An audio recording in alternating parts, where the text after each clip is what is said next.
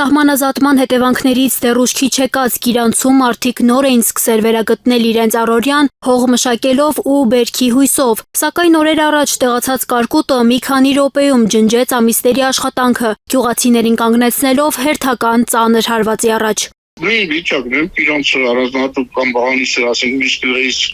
չեն տարբերում իրենց։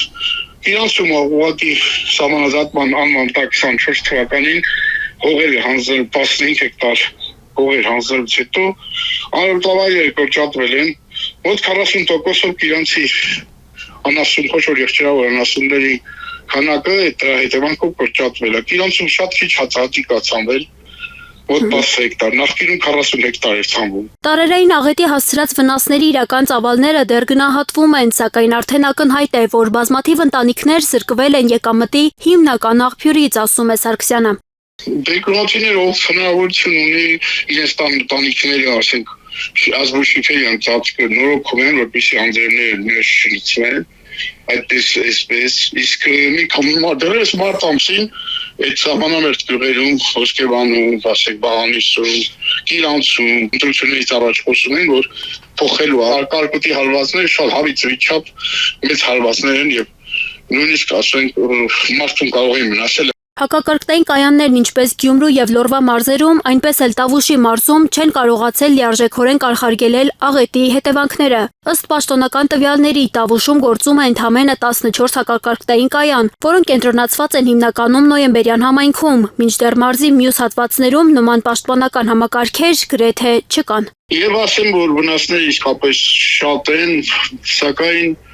ինչ կարող ես անել, եթե կառավարությունը, իշխանությունը վերջին առնվազն 8 տարում ոչ մի հակակարգտային կայան չի տեղադրել, տարածաշրջանում, Իջևանում, Բերդում եւ Դիլիջանում ոչ մի կայան չկա։ Այդ կայանները Զենիթ տուրբո տեսակի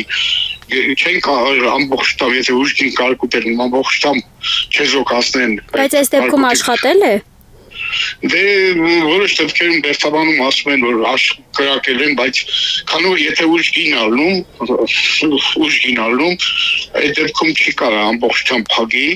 որտեղ շատ դա թույլ կարկուտի դեպքում է։ Կարկուտը վնասել է ոչ միայն գյուղատնտեսական հողատարածքները, այլև տների տանիքներ, արևային կայաններ եւ ավտոմեքենաներ։ Այս ամենին զուգահեռ սակայն գյուղացիները մտավախություն ունեն, որ փոխհատուցումները չեն կարողանալու ծածկել իրենց գրած կորուստները։ Ասում են, հետագայում կոտրած տաշտակի առաջ են կանգնելու։ Հիմա այդ գյուղերում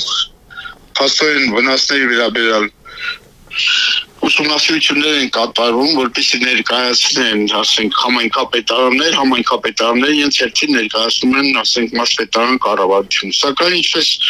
վերջին տարիների առնվազն 5-6 տարվա փորձ ցույց է տալի,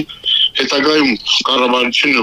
դրամական փոխհատուցում կամ աջակցություն չի ցուցաբերում կարկտահարության կարկտահարությունից տուժածներին։ Իսկ վնասը շատ մեծ է։ Տավուշում այսօր ամենաշատը մեկ հարց է հնչում. արդյոք հաջորդ կարկուտից առաջ մարզը կունենա բավարար հակակարգտային պաշտպանություն, թե գյուղացիները կրկին միայնակ կմնան բնության տարերքի դեմ։